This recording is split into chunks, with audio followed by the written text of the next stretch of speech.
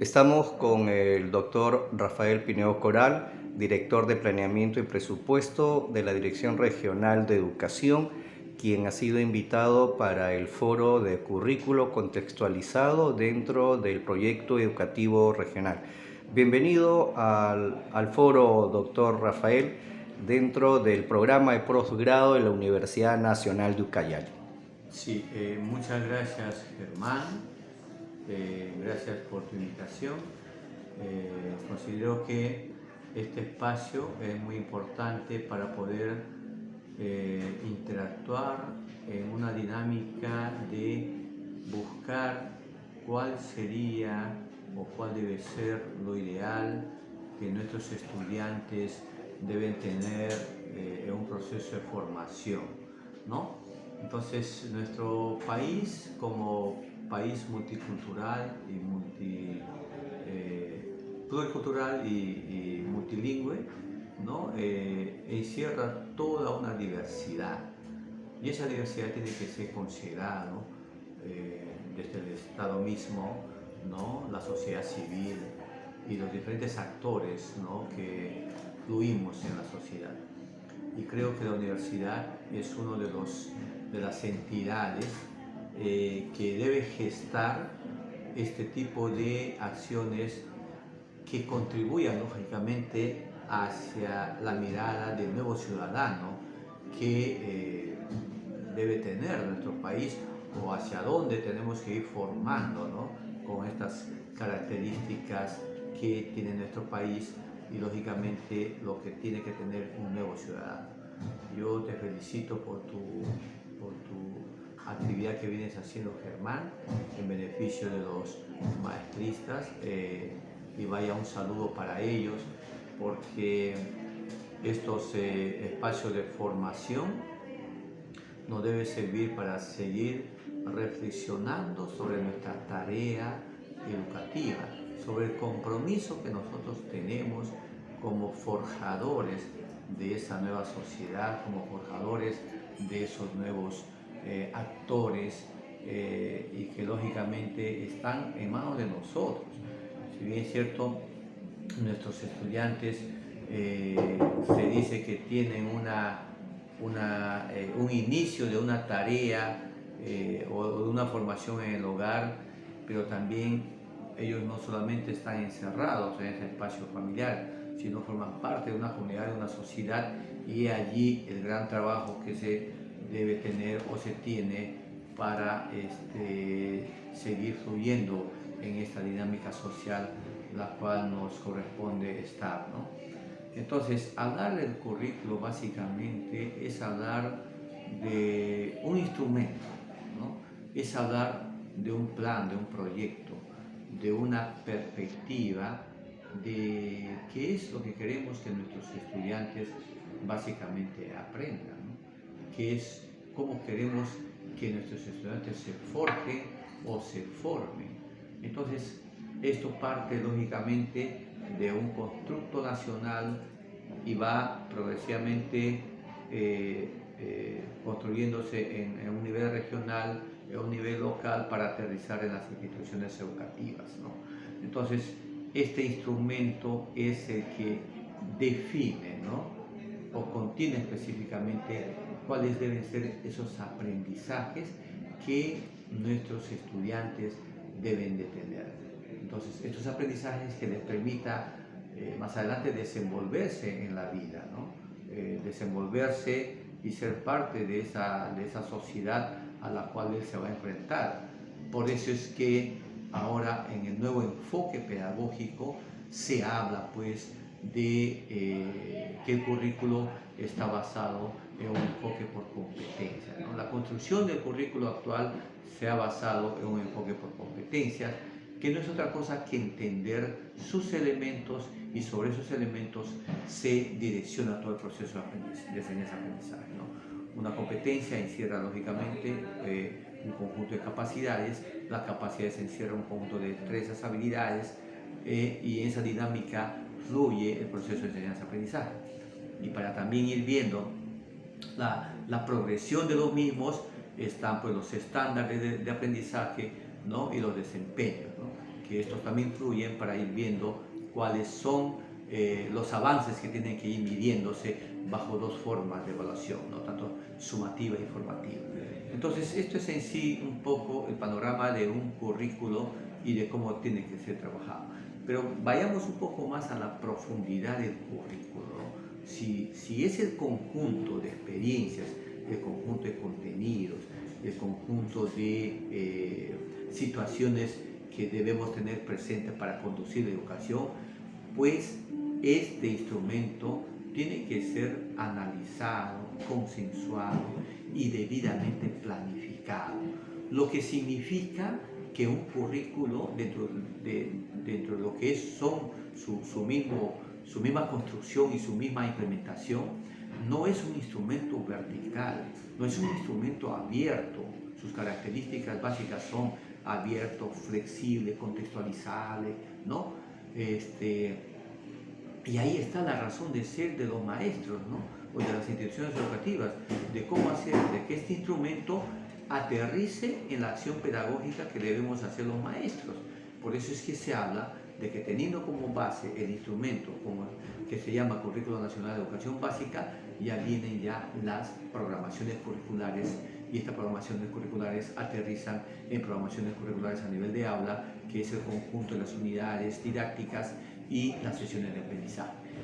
Decíamos de que este instrumento tiene que ser un instrumento más operativo porque tiene que responder a las necesidades e intereses de los estudiantes, ¿no? Y aquí está el trabajo del docente, el trabajo pedagógico, porque va a radicar en qué es lo que yo voy a seleccionar, qué es lo que yo voy a contextualizar para que mi trabajo sea efectivo en base a los intereses y necesidades de los estudiantes. Ahí radica la función principal de un currículo, en cómo yo asumo, ¿no?, como una mirada global, una mirada holística, ¿no?, y cómo yo asumo para poder orientar a mis estudiantes en ese camino de la perfectibilidad, ¿no?, en ese camino de la competencia, en ese camino de afrontarse a los retos distintos que van a tener como producto de su formación y de su grupo etario que progresivamente vaya avanzando, ¿no? Entonces, la acción del maestro no solamente está en la mirada de los instrumentos propiamente dichos, o la forma como va a evaluar, sino tiene que también tener la mirada del contexto, de dónde se va a desarrollar la acción educativa y cómo él mira más allá la parte externa, ¿no?, como comunidad, como región y como país y como el mundo ahora, porque tiene que haber definitivamente una correlación y que el maestro en su análisis tiene que tener claridad de qué tipo de estudiante tiene que sacar, ¿no?, o como producto, ¿no?, de este proceso educacional. Entonces es importante que se tenga en cuenta este análisis, por eso es que la planificación curricular tiene que cambiar de ritmo, tiene que cambiar en su lógica de planificación, tiene que haber nuevas posturas en la planificación. No es el hecho de que yo tenga un currículo, haga una unidad, una sesión de manera mecánica. Tengo que primero partir de dónde va a ser mi campo de acción, con qué niños voy a trabajar, en qué grados, en qué nivel. Entonces, en base a ello, yo voy a trabajar una planificación más objetiva, más propositiva, de tal manera que tengamos claro a dónde apunta mi intención pedagógica y qué es lo que quiero que mis niños logren, ¿no?, en todo su proceso de formación. Entonces, la cultura de la planificación tiene que estar también ligado a un análisis situacional. Y ese análisis situacional tiene que estar clarificado por el mismo docente para saber qué tipo de alumnos tiene, con qué características, ¿no?, cuáles son, mejor dicho, o cuál es su realidad de cada uno de ellos, para que sobre esa base se profundice una acción educativa, ¿no?, de manera genérica, pero priorizando según su ritmo de aprendizaje, priorizando acciones según sus niveles o ritmos de aprendizaje, como lo acabo de decir. Entonces, ahí lo elemental para que podamos decir que un currículo va a ser efectivo.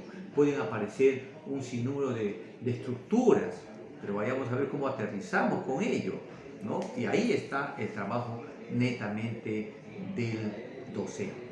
El currículo lógicamente se constituye como una política, como un instrumento de política de Estado, porque va a determinar las diferentes acciones de qué tipo de ciudadano queremos lograr, ¿no? Entonces el currículo actual, por ejemplo, tiene 11 propósitos y sobre estos propósitos se desarrolla toda la educación básica, ¿no? Educación básica regular específicamente, ¿no? Educación básica alternativa también, ¿no? Entonces, estos son los propósitos, determinan el tipo de ciudadano que debe tener nuestra sociedad peruana, nuestra comunidad peruana, ¿no? Pero ahí está también poder clarificar si estos 11 perfiles de egreso, que es básicamente la visión común del nuevo ciudadano, ¿no? ¿Cuál de ellas se ajusta a la realidad, ¿no? Por ejemplo, yo en una zona urbana, teniendo en cuenta, por ejemplo, y voy a dar lectura a uno de estos propósitos, aprovechar responsablemente las tecnologías de la información y de la comunicación. ¿Dónde crees que yo debo desarrollar estas acciones específicas que responden a este perfil? ¿En la zona urbana? ¿En la zona rural? Entonces tengo que buscar el mecanismo de cómo yo genero, ¿no?, aprendizajes efectivos para lograr este perfil.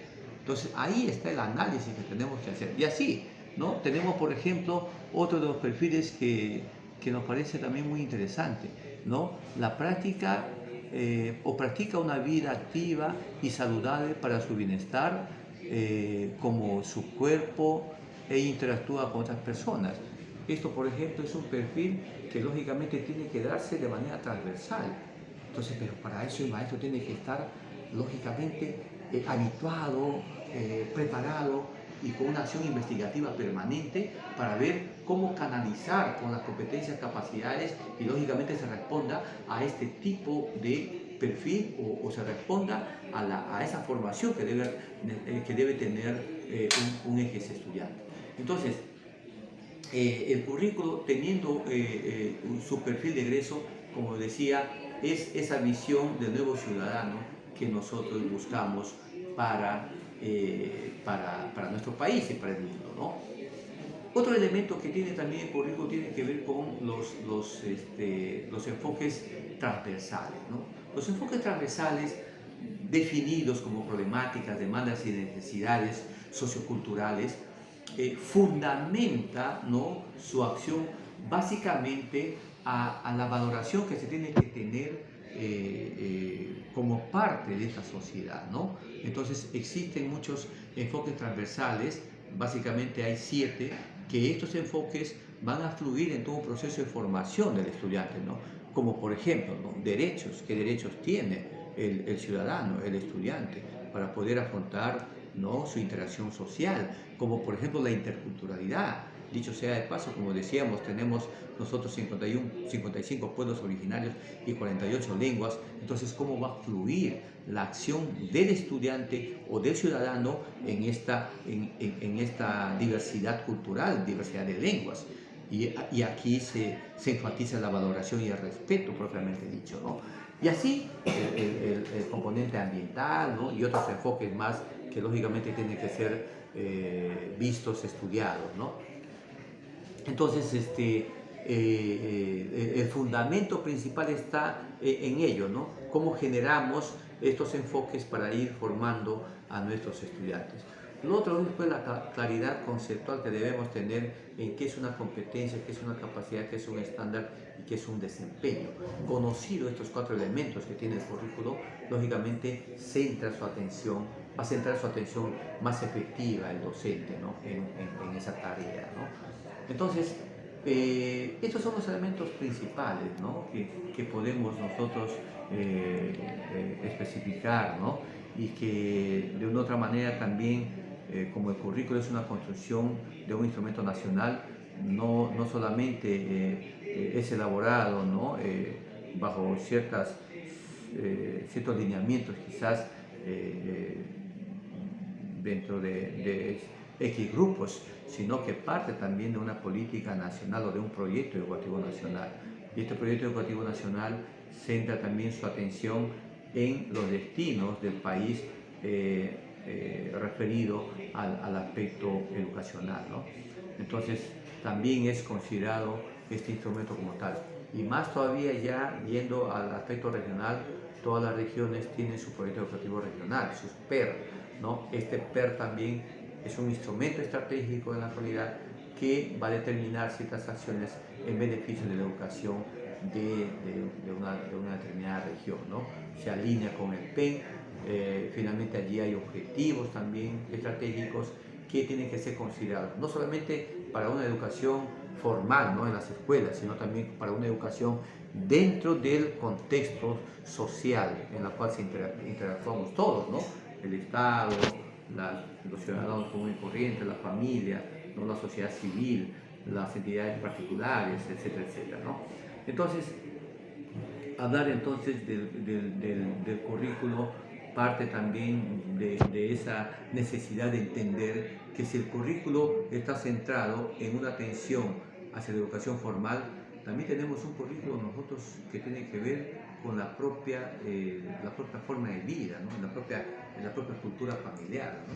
Aunque no es visto de esa manera, pero sí hay que tener en cuenta de que la educación fluye en estos dos componentes y ahí está entonces el fundamento del cambio social, de una vida más justa, de una vida digna, de una vida de respeto, de una vida con ciertas conciliaciones, ¿no?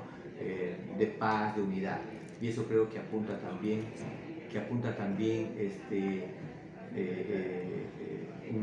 un instrumento como tal, ¿no? Un instrumento como tal. Entonces, bueno, hasta aquí es un primer avance.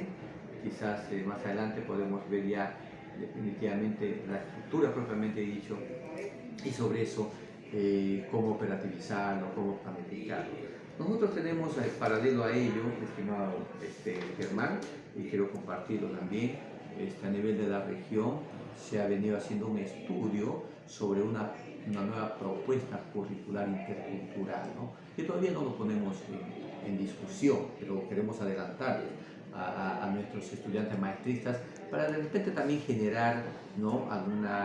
De repente generar un diálogo, ¿no? Alguna posición también, ¿no?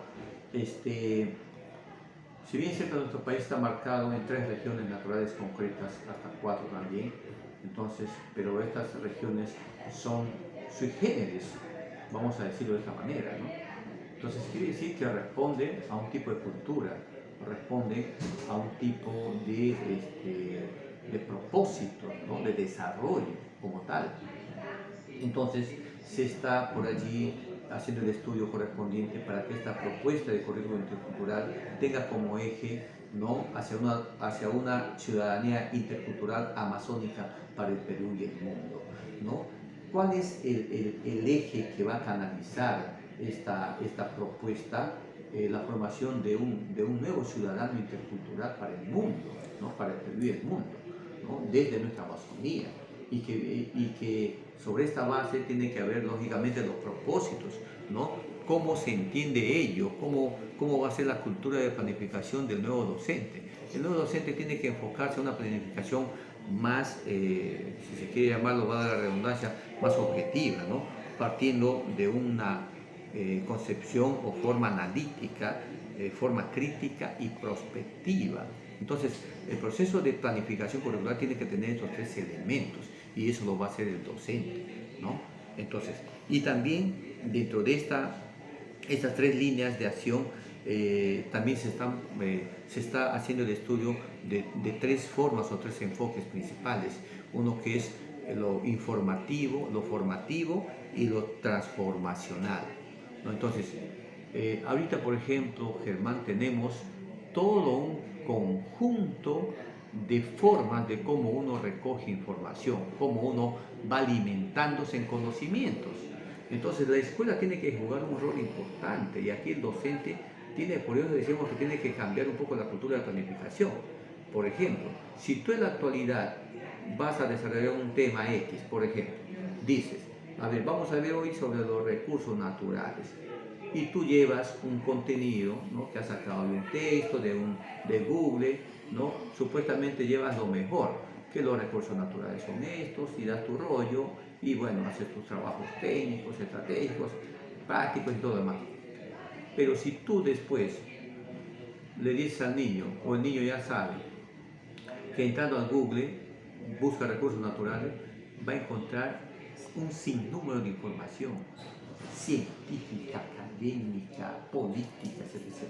Entonces, ahí está el hecho de qué tipo de información hay que dar al estudiante y cómo se genera esta información para que cale en él un componente formativo. Por eso se habla informativo, formativo y transformacional. Entonces, ¿cómo esa información lo va a formar como ciudadano? ¿Cómo va a ir formándose como tal? ¿Y cómo va a transformar su vida? ¿No? Entonces, estos tres elementos son claves que requieren de mayor estudio para profundizar mejor un trabajo técnico-pedagógico, un trabajo más objetivo hacia la formación de nuestros estudiantes. Entonces, esto todavía se está haciendo el estudio. Vamos a ver hasta qué punto se pueda considerar como tal y sea nuestra región pilar para este proceso, ¿no? Y lógicamente también involucrando a las demás regiones de nuestra Amazonía y salga una propuesta en el marco, lógicamente, de las acciones que viene haciendo el Ministerio también, como es la nueva elaboración del currículo, ¿no? Que va a ser más adelante también ya una noticia, ¿no? Aunque ya es, pero ya se va a dar la formalidad o la información correspondiente de este proceso, ¿no? Entonces, son acciones, Germán, que vamos viendo camino a seguir interactuando en beneficio de la sociedad en su conjunto desde el sector de educación. Muchas gracias. Gracias, doctor, y estimados maestrantes. Estuvo con nosotros Rafael Pineo Coral, director de Planeamiento y Presupuesto.